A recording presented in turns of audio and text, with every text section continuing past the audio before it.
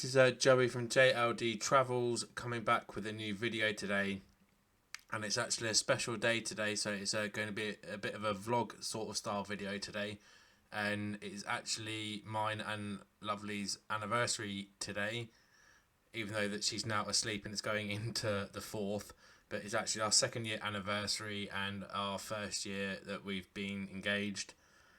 And yeah, just wanted to have a quick chat with everyone, see how everyone's doing. Hopefully everyone's doing okay. And yeah, so just basically just it's a quick little update. We've just hit our 2nd year anniversary today. I know we're calling it an anniversary because we're not actually married yet, but to us it's still an anniversary. And just wanted to go over just some previous trips and just our experience up until this point. And yeah, so it all started back in 2021. We started chatting through Facebook, weirdly enough, of all places. And we chatted for a while, but myself, I wasn't in a great mental headspace at the time when we first started talking.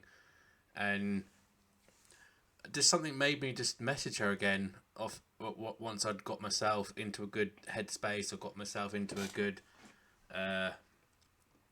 place mentally, physically, and everything else, financially and everything else.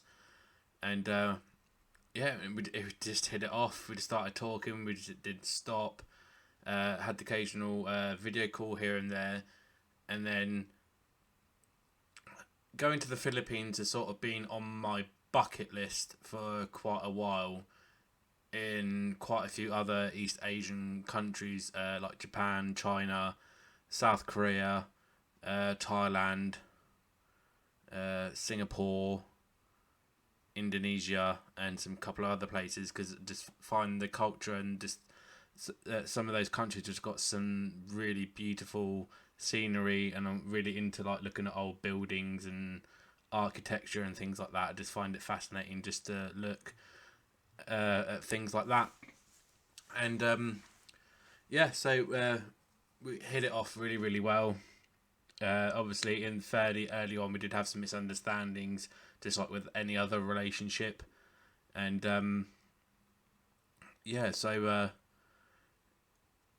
once we got to getting close to being together for nearly a year, we hadn't actually met at this point, and I decided to grab my passport, go out and see her, spend some time with her. Made the mistake of only going for a week, and realised that was no way near enough. And first time I flew out with Malaysian Airlines there and back from Heathrow, and stopped in Kuala Lumpur on the way. And yeah, it's gonna move the mic a bit this way because I just don't quite like the angle where I am. Yeah, so then flew out with Malaysian Airlines. It was actually really comfortable, really nice flight. The staff on the plane were absolutely fantastic. Food was not too bad. It was fairly comfortable. Got quite a bit of sleep on the way there, and on the way back. And this is where I had a little funny incident. So once I'd landed in the hellhole that is Manila Airport, near, basically we'd flow with Cebu Pacific, I think it was, from Manila to Tacloban. And I had a massive issue that because of all these silly COVID rules that were in place at the time, and they had this really weird thing that didn't make any kind of sense, that you were put in this queue as soon as you got off the plane to show the One Health Pass. At the time, that's what it was called. And got stuck in the queue for about half an hour, and I literally only had, I think, about an hour and 55 minutes to get through to like change planes and everything. And then by the time we got through there, we had to go through customs to then only have to show the One Health Pass again. And like, to me, that like made no sense whatsoever. And so by the time I got round, I'd missed my connecting flight, and then I got absolutely no help. I managed to stumble across a Cebu Pacific store at Manila Airport, and they were just picking and choosing who they were taking in and seeing, and then they decided just to close up early and shut up shop.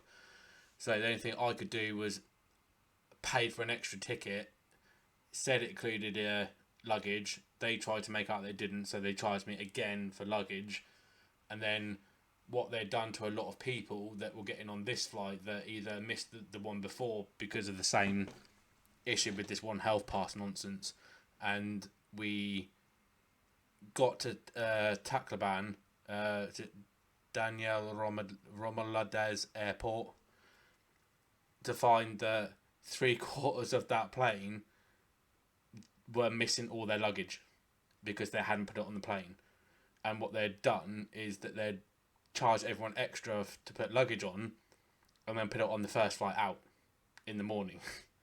So, like, there was a lot of angry Filipino people, so I just stood back, let them do what they needed to do, just watch from afar, and yeah, so that was that experience. And man, that week went so quick. And obviously I didn't get to meet her on the first day because obviously I got delayed, and I ended up getting into Tacloban Plaza Hotel quite late, so she had to obviously go back and stuff. And oh my god, I tell you what, I've never been so nervous to meet someone for the first time like with her before, with Lovely. Like the first time, like I was just constantly going up and down for cigarettes, and I was like just sort of playing with my fingers a bit, like sort of doing things like this, just like really nervous. I was like a bit shy to start with, and then slowly started to sort of come out my shell, and we started to sort of spend time together. And the more time we spent together, we just realised this we just clicked. And then we had 2 journeys. We went and saw her mum and dad at the family home, and I just love the little province there. It's just so peaceful, so quiet. Everyone just gets along. There's no arguing, there's no shouting or anything like that. It was just so peaceful. And then obviously I had to go home from that one. Then I went back again and ended up being there for just under 2 months. And spending that amount of time with her, and obviously sort of having a dry trial run of how we would be like if we were living together. And it just made me want to be in the Philippines more. It made me want to be with her all the time more, and just made me realise that just like every day that's passing, I was just falling in love with her all over again, and it's just getting stronger and stronger. Oh, and I forgot to mention from the first journey, I did propose to her as well, and obviously would be being engaged as well. And no, she's just such an amazing human being. I love her to bits. She is the most attentive, the most loving, the most caring, kind. She never asks for anything. She hates me spending money on her, and she's just so used to just fighting for everything that she's got and doing her best for her family, for her mum, for her dad. And it's just such a refreshing way to treat family. It's just like you could have mum, dad, brothers, sisters, aunts, uncles, grandmas, granddads, cousins, and everyone gets on. That even like when they're drinking the old tuba and having a good time, and they got music going on, and or they obviously cause karaoke is really popular there. Like they do that like at their home and stuff. It's just so different from what I'm used to. As horrible as this is going to sound, but I feel much more at home there than I do here. And it's just everyone's so happy, so welcoming. Their hospitality is second to none. There's not a country I've been to so far that can come close to, outside of Manila Airport, outside of Manila Airport, that comes close to the hospitality. It is the Philippines, without time when we spent at Tacloban Plaza Hotel, when we'd spent time at the property we stayed at in Peerless Village, and then is it Red Doors? I think, yeah, Red Doors downtown Tacloban, where we stayed for a few nights towards the end of the third journey. Because I just love spending time in the province, and it's not like I'm trying to do things on the cheap, like, or anything like that.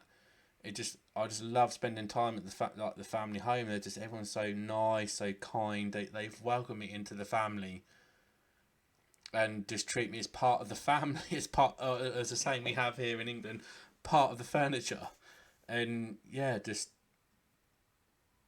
the fact where we message every day. We've started to obviously video call more. So where because what my work situation is at the minute, I've been left on my own, which isn't fun. So I'm doing 6-day weeks, 54-hour weeks all by myself, and it's not fun. And literally the only day I get to myself is Sunday. So I've had to obviously push the video calls to Sundays, but like even with this, like when we have a video call, like the time just goes past, because just with her, just it's just as close to being in heaven on earth as possible. And like, I love her to bits. I can imagine being with anyone else. She has treated me so much better than any Western woman has ever treated me, and she just treats me like a fellow human. She's so kind, she's so understanding, she's so patient, and I'll never look back and regret ever being in this position with her. And like where I've got the flag back there, that's how much I love her, that's how much I love the Philippines. And I've just been surrounded most of my life, well, I wouldn't say surrounded, probably over exaggeration, but most of my life there's been Filipino people here where I live, just it's not too far from London. And yeah, and I just wanted to say happy anniversary, baby. I love you so much, and thank you for being part of my life. And let's look forward to all the other years together, and to our future together. So I'm going to leave that there, guys. Thank you very much for watching. If you like what you see and would like to see more, please don't hesitate to go and check out our other videos. Please leave us a like, share the video around, smash the subscribe button, would be fantastic. And we'll catch you in the next one, guys.